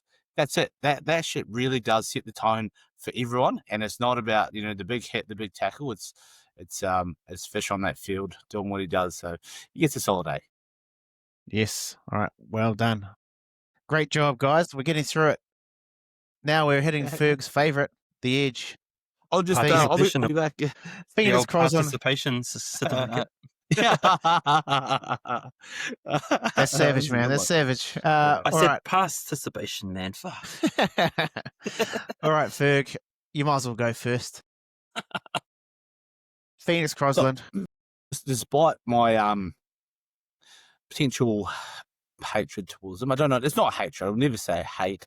I would say disliking. Oh, is it sounds probably a like better hatred. word. I don't think I dislike anyone, to be honest. Sounds but- like you dislike him and Lindsay. But there's a Collins, lot if of you ask me. there's a lot of disliking, and it all stems from one moment where he had a call pass. I think like 2 years ago, he's playing hooker for the Knights, and there was like 10 seconds left on the clock. They get a breakaway, they get a tackle right in front of the post, and instead of playing out the back and spreading it like you should always do on a quick play line break, he hits a prop. He's got a short ball and he gets tackled on the line. And I'm like, you idiot. You're not a hooker. So I struggle big time to get rid of that emotional connection. Without that bias that I just explained, he played really well and he proved me wrong. He probably deserves a good B. I think he gets a pass. He's a strong pass. He scored a try in that second game, and he did everything he had to do to deliver the ball to the boys. Didn't pass like pills. So what more could he do? He was strong on defence. In relation to Jeremy Marshall-King, not even close. So I think he's doing the job that he needs to do, but he's not the number 9 for me. All right. Yeah, I agree on I think JMK is probably a more all-rounded, well-rounded hooker, and he was first stint in the first Samoa game, he was outstanding. So I was really gutted he hurt himself. But I say, like you say, Phoenix, he supplied good quality ball, which we seen some other hookers, some other make-do hookers in the other teams not supply good quality ball at times. Yeah. So I think that was that's a real difference for your forward pack. If you got a gun forward pack, that unlocks them. Like, it's not rocket science. You hit them there at pace and then let them do their thing. But I must say, the one thing that really impressed me the most is his defense, his initial contact on the ball. I know a lot of the time, I know Payne Haas had all the numbers, but a lot of the time I think there was tactical numbers too. They obviously had a plan for that, and that quite often Phoenix was hitting him high, wrapping the ball, and then they'd kind of take the rest. They'd kind of pull him apart after the fact, which I think took away a lot of Payne's actual impact. Like, he had numbers, but I wouldn't say he had like Nafa'u White impact on the games. So I think Phoenix's defense in the middle was outstanding. Saying all that, I'm going to give him a flat B. I think he's done great, but yeah, sweet. I thought that was leading to a higher score, to be honest. Just pumping him up and then cutting him down. Yeah. You still suck. I agree with what you said, though. I think he did a good job. 2.5 games of that's pretty much what he played at hooker. He didn't contain, but he was that first guy taking the whack all the time. A lot of those big props, man, and that's something that just shows mana and that Kiwi spirit that he has, and I think he deserves a solid B. I think he did something that I didn't expect. I thought Nakarima should have been in the team, but I think Crossan didn't let us down at all, being the hooker. Yeah. 100%. Nice arms too, eh? Right, what the hell? Good looking arms. He must be seeing bloody old Tiki of Doom. Tiki of Doom. He must be hanging out with Tiki of Doom. All right, Moses Leota. He's a freaky man. And do you want to start us off? What do you think about Moses' series? I was having some stats. Sorry. Yeah, you go. Sorry, no, you're running the show. That's right. I need to do that. All right. I don't have any stats up. No, he's run for 85 meters. What have we got there? 85, 40 post contact. So half of it's post contact. What's that there? 1 line break, 1 try assist. 1 try assist. Which try was that? Have I got that right? Maybe I think it's anyway, one. It's in the book. 9 hit ups and oh shit, I've scrolled down too far now. So I got to make 9 hit ups. What has he got? 23 tackles, 2 missed. But Moses Leota, once again, similar to the Fish. They're almost like when they play together, they almost morph into like one thing. That's right. Bash Brothers. Yeah, the Bash Bros. Bang Bros. When I was trying to think ahead. I don't know if you can keep calling them the Bang Bros. Sorry, Kane. I was looking ahead to the World Cup, I guess, and how Nafa'u White could fit into that starting lineup, and I thought, it'd be the Leota who would drop out. But the impact he brings on, man, that first tackle, it's always Leota off the hit up that's taken that first guy. Just mana, and he as the same thing with Fisher Harris, just lays the platform. Those two seasoned props know what to do. They know that they're not, they're not Payne Haas's, but he does his job, and then he lets the other guys come on and be the stars. That's it. Yep. I think he has to be in the starting lineup, and I think he deserves a solid B. I think he's laid a good platform there. Yeah, I think, it's interesting, because like there might be props who can run more and all the rest, but you're probably more scared looking at Moses Leota and say and Fish as opposed to AFB and Fusi or whoever the fuck they were using. Yeah. Championship experience too, right? That's championship experience. You can't get that unless you're winning premierships. Just the big moments, he knows what to do. But they work so well together, like it's never like, it's hard to explain, but if Payne Haas was taking it, like when you look at Payne Haas's game, he stands out completely by himself. But I think at the end of the day, I think in some teams that has kind of been a negative for them having Payne Haas in their team. That, if you know what I mean. But Moses and the Bash Bros. They just get extra points just because like they're together. But I think he was outstanding. He might not have the numbers in there, but fuck, I thought he was one of our best players the whole series. He looked scary, and he was absolutely rattling blokes. And I love seeing him do that to Jason Tomololo. It's just like, because he had a good 20-meter run up. Yeah. And he just stood there and just when I seen that live too, I lost my shit. Because that's the end we're on. So we're like right behind the goalpost. And like I just seen Tomololo take that hit up, bro. And then you could just see all the spray come off. I'm like, holy shit. Yeah. When I watched it back on TV, he's like yelling at him, like, fucking come here. Like trying to get up. Like, who does that to Jason Tomololo? Exactly. Like, The disrespect. Who's ever done that? That's it. Yeah, he's just an animal, eh? So I'm going to say an A for me. Nice. I think we're all right where they combine well as a team, and they don't as the Bash Bros as a collective, they don't stand out, and that kind of works in our favor where they both just work hard and not one has to carry one aside or favored each side. They both dominate defense and attack, and I think they're another non-stats type player, and I think he deserves a solid B for sure. Nice. What about you, Kane? Did you already go? He's B. You went B. All right. We're deep into the potty now. I'm losing it. All right. Britton Nikota. What do we got here? 93 run meters, 14 post contact, 1 line break. Let's get into the niggly part of the sheet now where I have to keep scrolling up. 1 line break, 4 tackle breaks, 9 hit ups. I just go defense stat down here. 2 offloads, 2 dummy passes. Yeah, boy. 30 tackles, 6 missed. Shit, I didn't actually notice that. Anyway, Britton Nikota, what do you reckon, Ferg? What are you giving him on his scorecard? He's got his report card in. Good effort areas. I think he had opportunities to like really score and break games open. The game against Tonga? The game in the weekend. Yes. Yeah, where he almost got the offload and they called it forward, where I thought the first bounce went back and then it bounced forward. I thought he was going to have a Samoan hand touched that too.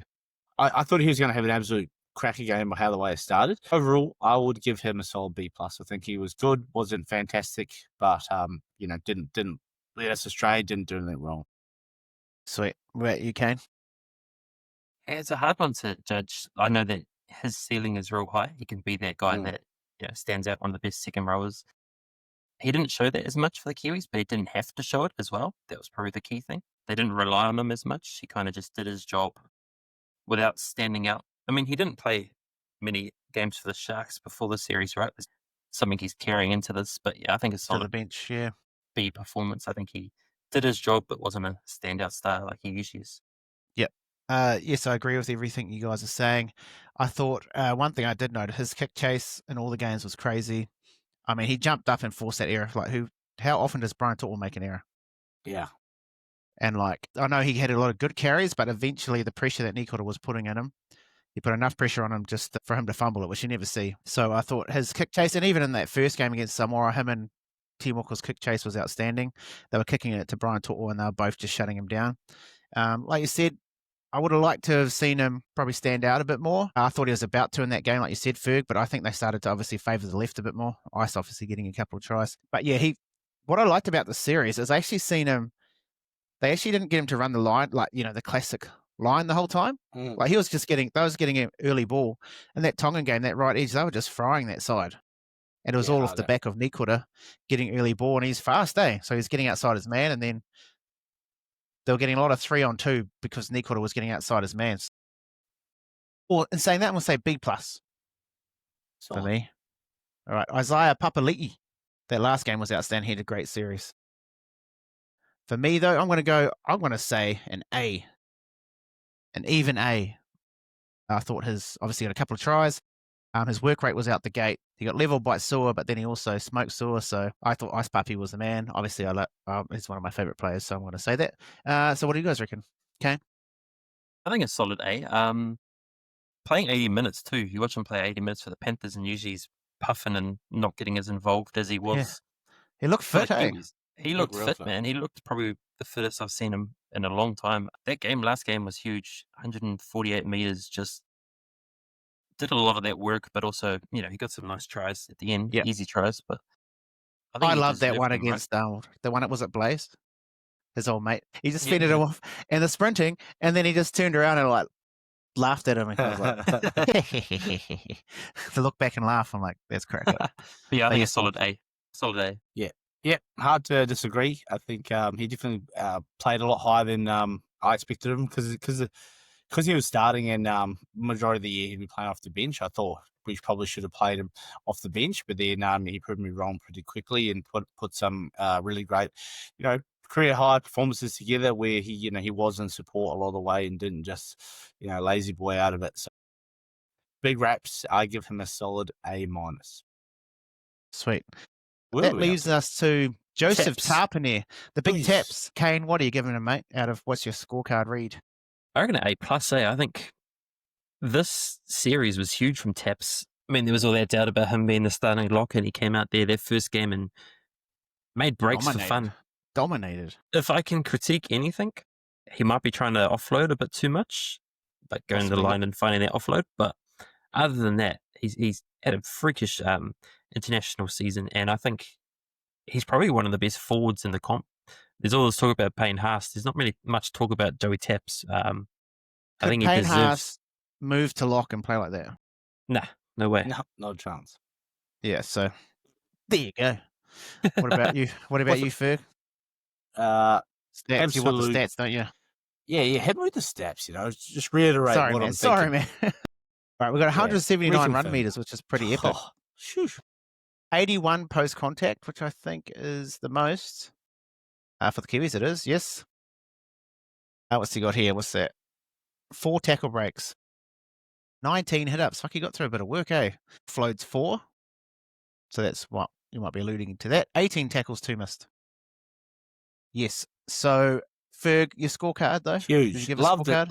Loved the stats because what it reconfirmed is 80 post contact meters. I think people forget what post contact meters mean. For an Yes. outside back, it's a bit different, but for a prop middle forward, lock forward, those are the hardest meters to get post contact meters. To get 80 of them. 80 is the equivalent of what James Fisher-Harris and the other both got for running meters. So that goes to show his leg drive, his control, and his hit-ups ability is incredible. He gets an absolute A+ in my book. Yes, Big he's an game. A+er. Big gun. He's an A+er for me. And just his ability to take 3 people for a bit of a decoy, he'll just put them on his back and just, Yeah. Come on. he does it all the time. Anyway. Yeah, he does it all the time, bro. He does it for the Raiders. It's just outstanding. A+ for me. All right. Tamati Martin, we didn't get to see much of him. Yeah, what's the stats? This will be quick. This will be quick because he played 10 minutes. He's got 1 total fantasy point. He had 1 run. His run meters were 7 meters. What's this? Dummy half run 1, 7 meters. So that's from that 1 run. What's this here? 1 tackle? No miss. 100%. Nice. tackles. 100%. That's what you want him to do. He got a try assist in that second game. We offloaded finished crossland. That was a bit freaky. That was a freaky That was little a try. freaky. I thought that was awesome. Yeah. Yeah. Yeah. It deceived me. Like it. I'm going to give him a solid B-. Nothing wrong with a B-. It's still a pass. Obviously, time in the seat wasn't in his favor, Yeah. so he couldn't really do much to prove it. Try assist in those minutes is still fair. So B-. He wasn't a big excitement factor off the bench or anything like that, but he did a job, and that warrants the B-. Correct. He just kind of plugged the hole, which Yeah. we know Tamati. That's what he does. He's The good at boat doing didn't that. sink. The boat didn't sink. It did not. But yeah, that's a great point. Like he might have The paid Walker. Sorry, the played- Walker. the Walker. He might have played about 20 minutes all up with that and has a try assist, which is pretty crazy. Yes, I'm going to say a B-. Oh, and I'll go back to B because he took the boys out fishing and got them a few fish. So True. What a nice guy. I want to say it's a B for me. And you haven't given him one yet, have you? Caesar. Caesar. Oh, he's you're dropped him to a C. What do Caesar you want him failed. to do? What do you want him to do? He only had 10 minutes. He just want to be different. He only had shit 10 10 minutes. man. Oh, No, come on, I just think I think you could be using that position a lot differently. I don't like if you carry a hooker on the bench and only pay them 10 minutes. I know you have that coverage of the full back line with them, but we didn't need it. But another prop or something off the bench would have been even bigger.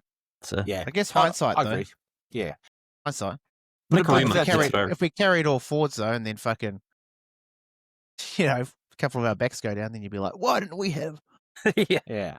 But It fair is enough. weird, Hey, though. I 10 can't. minutes I to the can't end tell you. is a strange, I mean, don't Stacey overanalyze loves it. that. He done that to Nicodemus last year too. So maybe Nicodemus was like, I'm "What are not you playing playing if me, you're only Stacey? playing with 10. Yeah, that's true. You play me 14 again? I'm probably going to go on holiday instead now because Yeah. done the whole camp and then I played 5 minutes in one game, like that Tonga game.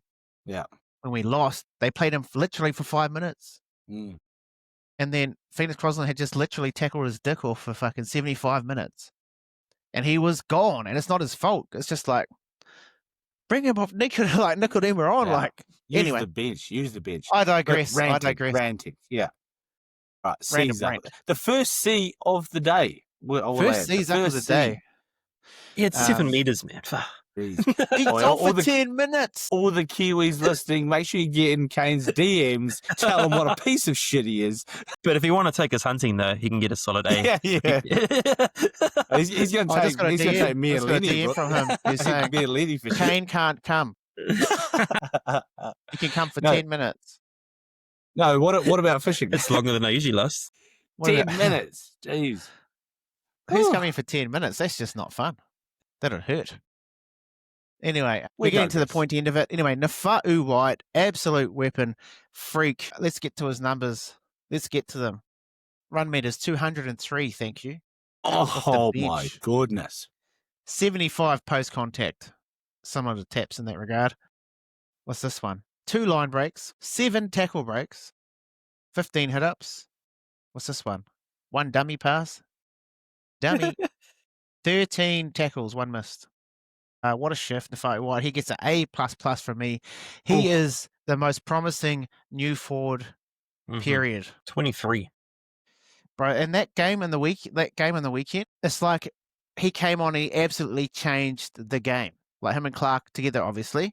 But they're the Bash Bros 2.0 on steroids. Like how good the Bash Bros are. I think Clark and Nafa'u White just have because they do all the hard shit as well, but they've just got that. But they bring that X factor, I think, too. Yeah, the X factor, bro. That's it. Which the Bang Bros don't have. They got the fucking mahi factor. But that X factor, hard to come by. That's right. Correct. So I'm going to A++. Ferg, what do you reckon? Love the A++. I can definitely see it in the horizon for this young man, Nafa'u White. But I'm sticking him with a solid A+. Fantastic effort.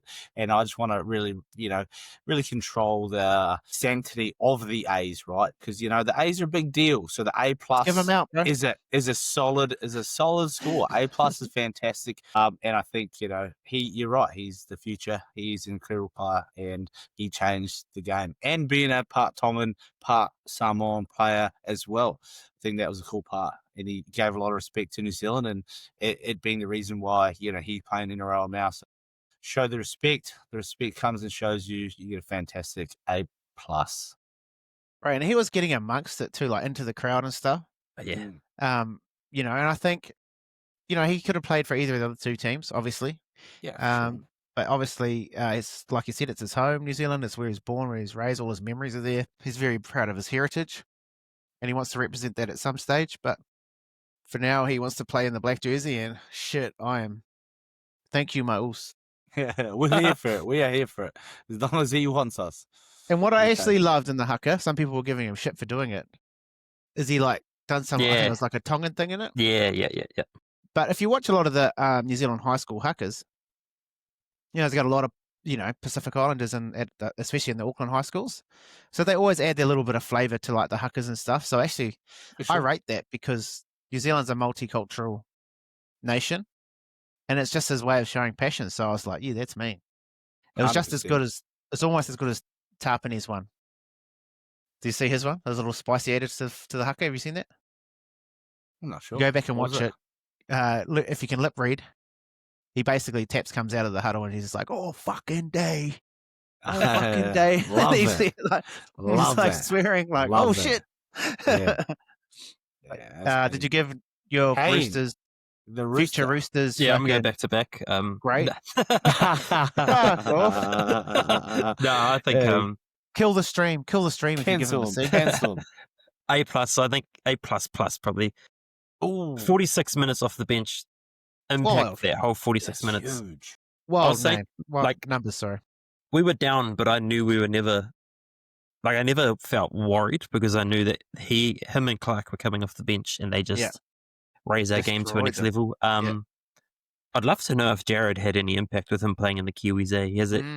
Like, that's probably one of his mentors coming through the Roosters system. True. And plays with that mana, but he has a bit more discipline, of course. But I think just massive future on the kid and exciting to see what happens next year. Next year, he could be the Payne Haas. I think he's got more in his ceiling. In my opinion, is probably higher than Payne Haas's. I think Payne Haas has them, like, as always. We keep saying it. He's got the mad numbers. He's always going to have the mad numbers. But at this age, seeing what Nafatu White's doing, I'm like, whew, he could be. I love that moment where he broke the line and ran straight at Roger. Just no hesitance, man. Just went straight at him. Just bowled him too. He didn't try to overplay his hand by looking to pass, looking to spread, thinking he's got to do something. He did what a good forward does, and he secures the ball and makes as many meters as possible. It was awesome. Let the Dylan Browns of the world do the fancy touches at the end. Loved it. Fantastic game. And even in that game, I just remember at the start, I was just yelling, "Run at the post," because I just felt like we were shifting the ball a lot. Yeah. And the moment straightened us up. Yeah, Nafatu and Aaron came on. I don't think not that Fish and Leota were trying to go sideways. I think the playmakers and that we were just being a bit too lateral with what we're trying to do, and then obviously that led to that Sasangi try. So I think after that moment, actually, that's when they did straighten up a lot. But yeah, through the middle, Nafatu White. Oh my gosh, kid's crazy. The kid is crazy. All right, moving on. Aaron Clark, guys. Aaron Clark, potty favourite. Absolute weapon. Fuck, I'm gonna have to give him a. I'm a bit too nice, eh? But I'm gonna have to say A++, man. Shit. The Bash Bros 2.0, bro. Yeah. This is great. Like, legit, they're like Moses and Fish, but they've just got, like we're saying, more X Factor, bro. It's just almost unfair. So I'm going Aaron Clark, A++, bro. And his carries, but his ability to tip on, but his punch, bro, it's mental. And that try he finally got, I'm like it was through Papali'i and Polo, wasn't it? Yeah. Carried them. Solid try. Slams it down. Then Polo's trying to hold him down, and he goes, "You know what? The old Aloe pushes his face down into the ground. Get off me, you old bastard." Stands up, and then Pukuna's the crowd. I'm like, "You're the fucking man." He could be the Prime Minister of New Zealand, Aaron Clark, man. He's the man. You could really tell how much it meant to him, mate. Like, scoring that try and the celebration, the passion is what as Kiwis we all love to see, and he was that example through and through. I think he had an incredible game. His tip-on game has really changed the dynamic. And like you said, that's the Sangi try happened. They applied heaps of pressure on that edge because, like you said, we're going laterally. And then what does Aaron Clark do? Identifies it. And then they do an outball on them jamming in. Bang. White goes untouched. He's the easiest try to score all year. Awesome point. And that's it. It's just good eyes up footy. And, and I think he deserves a well and truly A+. Fantastic game. It almost seems like a bit of a plan because obviously the threat of Kinney, and that's why Sasangi and that were all up, and that's why it worked for them because they read it. But they obviously done that again. And what I liked is the Kiwis, especially with Aaron, they play Aaron on a bit closer to the post with Nafatu outside. They've all swung up and they're just short to Nafatu, and he's just his versatility, like ability, not just the short hit outs, not just the quick play balls, but his ball playing. It creates a full, complete dynamic of a game. Like the defenders can't push up like that again because that opens up them holes that they didn't have in the first half because, like the Judge Harris and Leota ain't throwing that pass. So then they got too confident, getting up in their boots, scoring a try. We're going to win this game. Nick Minute, push up, walk over try. And who missed that tackle? The ultimate grub, Jerome Luai. I'm off him. Was it? Yeah, true. It was too. Yeah. I'm so off Jerome Luai after that game, but yeah. They him and White contemplate each other. Yeah, bro. Compliment each other very well.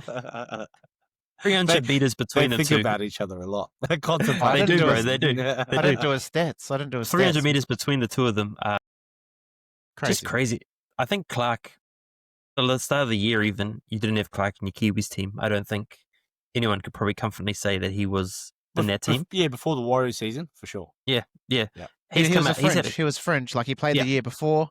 Yeah. But unless someone was You're probably injured, thinking, he can cover hooker. So Yeah, that's it. The other thing I like about it is when him and White are playing, you don't know who's like they're not position wise. They're not a clear. This guy's the lock first receiver of the ruck. Yes. Yep. They just mesh so well. Those two are just crazy impact, man. It's exciting to see, and I think Clark had a huge season and he's backed it up, brought their form straight into the international camp. Straight into it. He didn't lose anything, played less minutes, but quality minutes, and I think a solid A+. Solid A+ for Aaron, man. That's shit. Those two, good point with the meshing. Like, fuck, it's like they've played together all their life. And that's why I said to you, I was like, shit, I can see White playing for the Warriors because Clark scores, who's the first man on his shoulder? White.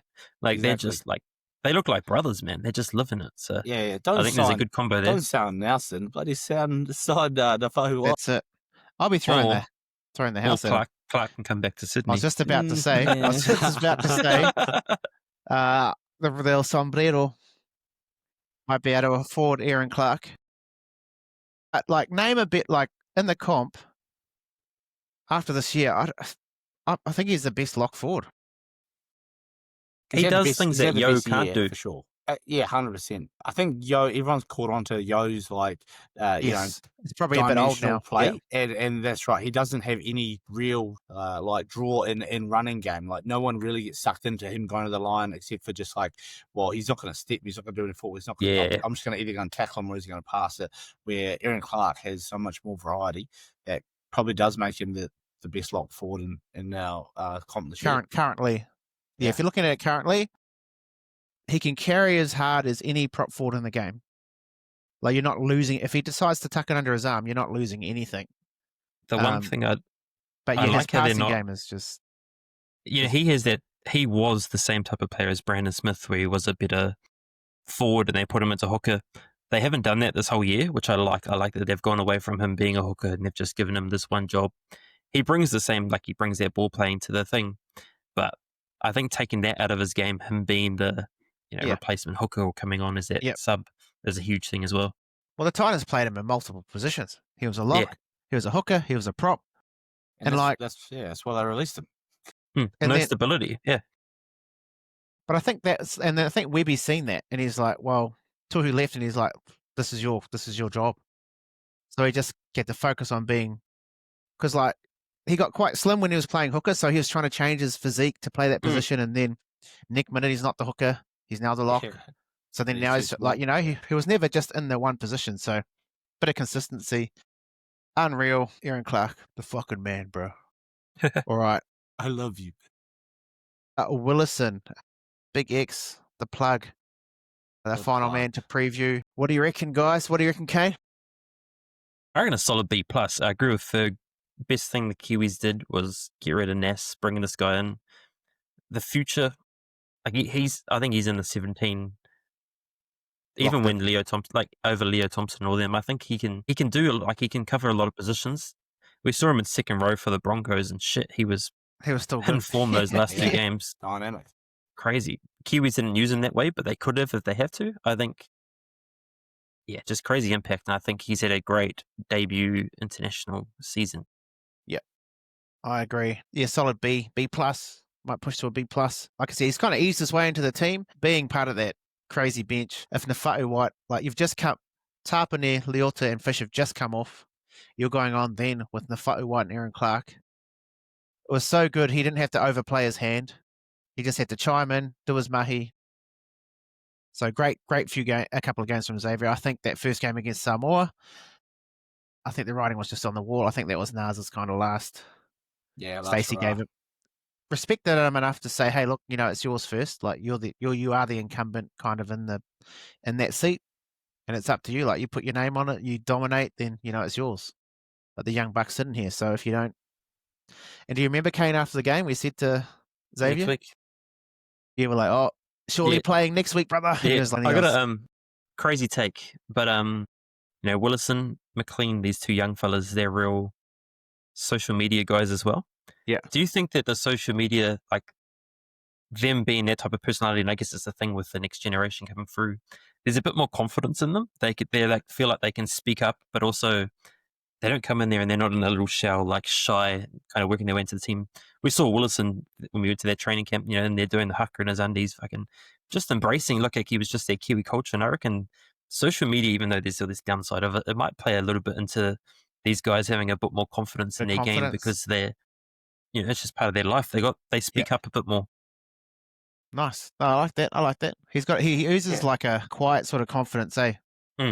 Xavier. I mean, that comes with probably being a massive cunt, so you're probably just like... It's a fact. I think you're absolutely right. I think, they do have a level of confidence that a lot of people, didn't have back in the day, or more or less it was frowned upon to be that kind of character. But this day and age, it's more American style where it's encouraged to be, good and confident and, an individual type person. So, yeah, I think that does play a part in them. And then even better in turn, where they use it to be more proud Māori and more proud Kiwi, even better. Yep. And then to rep that, at their occasions, for sure. I'll be giving him a solid B+. And for a debutant, I think that's a huge score and not one to give out willy-nilly, fuck you, Phoenix. You aren't. So, no, absolutely well-deserved B+, and, excited for the future of the, what's his Instagram handle again? Stand on business. Not for the future, Mr. Stand on his business. He's standing on it. He ran for about 100 meters as well, or 99. Solid off the bench. Shit. Solid. So that's probably one step for him, though. That bench, and once again, we've done it on the last potty about their impact against Tonga, the bench. So you got Nafatu White 203, Aaron Clark 106, and Xavier 100. So bench numbers, that's wild. I'm just going to try to find. Yeah. What was the Kiwis bench last against PNG? It would have been. Here it is. Nikarima, Griffin Neem, Leo Thompson, Aaron Clark. Still not bad. Yeah, not bad. That's good depth too. To think Neem and Leo and Thompson aren't even in the team. Crazy. That's crazy. I think they still have a part to play with the Kiwis for 100% Neem and Thompson. Obviously, we have to wait in the wings a bit. For Leota or a Fish go down, then Thompson, he can plug into the bench and one of the other boys move forward, but, the future looks good. I'm just going to say a couple stats just for the Australian team comparison in their last game. So just for run meters alone for the bench, we've got Keon Kolomatangi, 39 meters, Ruben Cotter, 68 meters, Lindsay Collins, 57 meters, Tom Dearden, 37 meters. So, their forward pack alone, holy crap, I'm looking at it. Pat Carrigan, 55 meters. Tino 51, Angus Crichton 111, Isaiah 117. So what it kind of shows is the game was just open running. So the backs must have run all the meters. The backs were just doing so it all. It just looked like a walk. It sounds like a walkover game. And if you compare, apples to apples, our forward packs on and off the bench demolished them. We actually lead through the middle, I guess. We had to, but it's good signs to see. Just a slight comparison. Yeah. Great thinking, mate, to go and have a look at that because, that's the we got the best forward pack. Shit. And then, like I said, we don't have Neem. Really rate Neem. I think he still has a future in the black jersey. And Leo Thompson as well. Like, he's Fish 2.0 as well. So, yeah, we've got good depth in the right areas. Yep. Correct. All right, team. If you've hung in there, we got to the 2-hour mark. Exciting times. Shit. How good though. Thanks, boys, for jumping on. Kiwis get it done. Pack champs again, baby. So it's twice now. But I must say, this has been the best pack champs. Easy. So the trophy though, that wasn't the best. Jesus. Well, it's the same trophy we got the other time, and I did think the ironing board. It's a bit weird. But it's pretty funny that people who haven't won it yet make fun of it. So I'd rather have an ugly trophy than no trophies, Elo. That's right. How about that? But I was just about to say shout out to Tonga and Samoa. Then gave them shit. But no, shout out to Tonga and Samoa, their fans, just everything. Shout out to Kiwis, just the whole thing in general. I think the last few campaigns have been outstanding. Social media, even down to the kit, to everything. I think New Zealand Rugby League's really going into a good space. So I think that's awesome. But yeah, up the Kiwis. Bring on the World Cup next year. If you want to find us on YouTube, Kiwi Podcast Network, Kiwi NRL Podcast under that, and a playlist there. Same on Spotify. you want to find us on Instagram, it's Kiwi NRL Podcast. We're on TikTok as well, same handle, and on Facebook as well. Welcome to the 1,700 new followers on Facebook we've got over the last 2 days. Ooh, holy. Sorry about the loss. Predominantly Samoans, but I think they're just following That's me, right. so when they win, Receipts. they can come back and be like, I told you. But Hey, love that too. I love that too. that's it. I said, well, I'm about it. If I'm going to put it out there, then, you got to take it. But That's right. in all honesty, the banter's been great. It's always reminded me of like sibling rivalry. Yeah. You know what I mean? So like, This is our origin, right? Yeah, and it's great. Absolutely. That's exactly I've loved right. it. Yeah. The banter's been crazy. On Facebook, the comments get a little dark. That has to be the gutter of social media at the moment. I might say just relax a bit, like Māoris and Samoans on there, because it's getting like very racist. So anyway, thanks for all the views on the posts, though. It's been great. But no, honestly, shout out to the Pack Champs. That's been amazing. Bring on the World Cup. If you want to follow Kane, it's that Kiwi Punter on Instagram, and he's on Betcha. And if you want to find Ferg Golf on the bench sport, Fergie Golf on the bench sport. And there it is. Was it Guinness? Golf, gambling, and Guinness. 3 G's in life, baby. The 3 G's. GG's, baby. I actually might take up golf. Do it, I want to give it a go. It's an addiction. It's an addiction, and it's the best. It's kind of fun. Even though you're still out there with your boys having fun. That's it. And my knee is shit. It's been playing up. I've been trying to play squash, and I just can't. The body can't handle it anymore. So I'm thinking, how about I walk? Because I need to do a lot of walking. So I'm like, hey, should I swing a club? Golf is even better. Yeah, might as well swing club while you're walking. And I'm not that good, so I'll get a lot of steps in, I reckon. That's right. You explore all over the golf course. I'll be over the fence and everything. But no, I just want to say also, just for the season, shout out to everyone who's listened, all the new followers, old followers. Shout out to everyone who's jumped on as a guest, as a panelist. Kane and Ferg, you've been on a lot of times. Shout out to Jace. We've had it Woody. We even had Hums on once, which is crazy. The bros never jumps on, so shout out to the breather. Have I missed anyone? Andre, shout out, bro. If I've missed you, I'm sorry. Who else? Ty was on. Yes. And we can't forget Charles Nickel-Foxstone. All the guests. Hopefully get a few more guests over the off-season. I've planted a seed with a couple of them, and we're just trying to work out time. So there might be the odd episode over the summer break. But apart from that, thanks for listening. We've been the Kiwi NRL Podcast, and we bid you farewell. Peace. Hello. You know what it takes, and you're ready today to take them all on. You got the measure of your man, and you know that you can go all the way. Give it to him. Yeah, give him a taste. Give it.